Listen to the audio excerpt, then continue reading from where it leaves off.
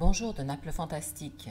Si vous êtes Vosgien et plus précisément déodacien, vous connaissez certainement le nom de la ville française du Grand Est qui a l'honneur d'être la marraine d'une grande nation. Juste après le jingle, je vous dévoile son nom.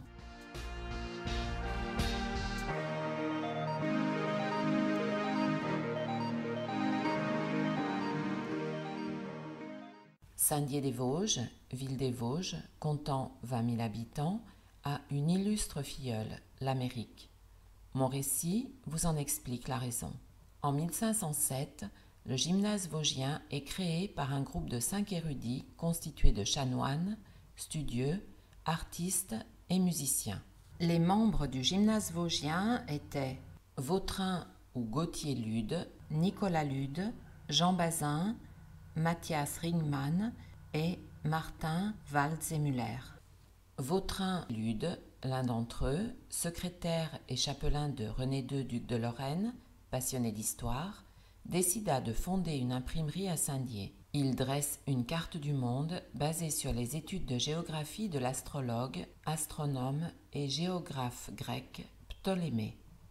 René II donna à Vautrin Lude la lettre d'Amerigo Vespucci, qui était un récit des 4 voyages effectués entre 1497 et 1504 par le navigateur florentin. À ce recueil de textes, publié sous le nom de Mundus Novus, appartient la lettre à Soderini, un homme d'État italien, dans laquelle Amerigo Vespucci décrit ses 4 voyages vers le nouveau continent.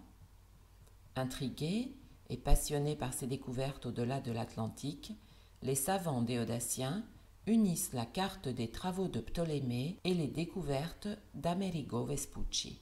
La carte est accompagnée d'un livret appelé Quatuor Americi Vespucci Navigationes, qui contenait un traité de géographie et la traduction en latin des récits d'Amerigo Vespucci.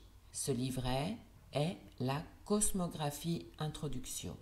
Le gymnase vosgien explique pour quelle raison ce nouveau continent sera baptisé America, alors que la découverte fut faite par Christophe Colomb, qui pensa jusqu'à sa mort qu'il s'agissait de la côte ouest de l'Asie.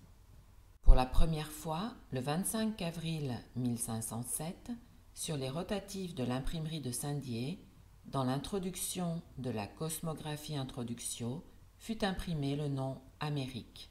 Je cite: « Une 4e partie a été découverte par Americ Vespuce. Donc, je ne vois aucun problème pour lui donner le nom de l'homme, du génie qui l'a découvert. Terre d'Amérique, donc Amérique. L'Europe et l'Asie avaient déjà reçu des noms de femmes. » En 1875, les responsables de la Société philomatique des Vosges, à peine créée, proposent que Saint-Dié devienne marraine de l'Amérique, ce que l'ambassadeur américain accepte évidemment avec enthousiasme. Quelques années plus tard, en 1884, M. Jules Ferry, déodacien et président du Conseil des ministres, signa la donation de la Statue de la Liberté offerte par la France aux États-Unis. Les 15 et 16 juillet 1911, l'ambassadeur des États-Unis à Paris, M. Robert Bacon, rappela 2 événements très importants inclus dans le livret de mon illustre arrière-grand-père, M. Auguste Pierrot, président de la Société philomatique vosgienne. M. Bacon s'exprimait ainsi: « Après que la Lorraine française se fut penchée sur notre berceau pour nous donner un nom, ce fut la plus grande France qui jeta dans la balance son épée pour nous donner son indépendance. Ma présence au milieu de vous prouve que l'Amérique n'oublie pas et conserve à jamais une place à part dans son affection à la jolie cité vosgienne de Saint-Dié, à la belle France. Pour nous, Américains, votre ville évoque le souvenir d'un fait unique dans son genre et l'image de Saint-Dié, où l'Amérique reçut son nom, prend place dans nos cœurs à côté de Versailles, où l'Amérique contracta avec la France une alliance indissoluble. » Ensuite arrive la guerre de 1914-1918 et le concours de l'armée américaine, avec un envoi de 100 divisions, fut une aide précieuse qui décida de l'issue du conflit mondial. En 1939, grâce à l'initiative de M. Jacqueret, maire de Saint-Dié, Les membres du comité des Audaciens, sous la présidence d'honneur de M. Lebrun, président de la République, sont reçus à New York, Philadelphie et à la Maison-Blanche à Washington. M. Auguste Pierrot, conservateur de la bibliothèque, offrit aux autorités américaines de la terre de Saint-Dié. À son retour en France, il déposa de la terre américaine au pied du monument aux morts de Saint-Dié. Puis arriva la Deuxième Guerre mondiale. Je cite une partie de l'article publié dans l'Est républicain du 27 novembre 1944. Sans aucune raison militaire, Saint-Dié, marraine de l'Amérique, a été pillée le 10 novembre 1944, devenant une ville morte, dont le bilan était 1500 déportés, 3000 maisons détruites, la cathédrale, le cloître et l'hôpital dynamité et 30 000 sinistrés.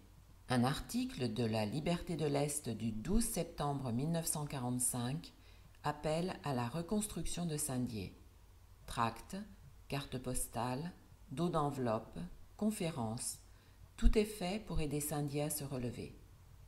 La fin de l'article cite « Les moyens nous manquent, trouvons-les courageusement, sans faiblir, avant que le mal ne soit fait, c'est-à-dire avant que Saint-Dié ne soit devenue une ville morte, une ville de cloportes, une ville de vieux, sans enthousiasme, sans rayonnement, sans avenir. » À la fin de la Grande Guerre, M. Gaston Colnat, maire de Saint-Dié, les 24 et 25 novembre 1945, organisa les fêtes déodaciennes de la Libération, auxquelles a participé le colonel Hamon, qui représenta l'ambassade des États-Unis à Paris. La cathédrale, à moitié détruite en 1944, fut reconstruite en utilisant la plupart des pierres récupérées dans les décombres et les vitraux sont contemporains. Saint-Dié est jumelé avec Lowell dans le Massachusetts et depuis 1989, tous les ans s'y déroule le Festival international de géographie. Je pense que cette vidéo vous a intéressé et vous a enfin révélé pourquoi l'Amérique porte ce nom et quelle est son illustre marraine. Vous pouvez vous manifester avec des commentaires, vous inscrire à ma chaîne YouTube Naples Fantastique, sans oublier de cliquer sur la petite cloche pour activer les notifications. Parlez-en autour de vous et partagez sans modération. Merci et à la prochaine fois.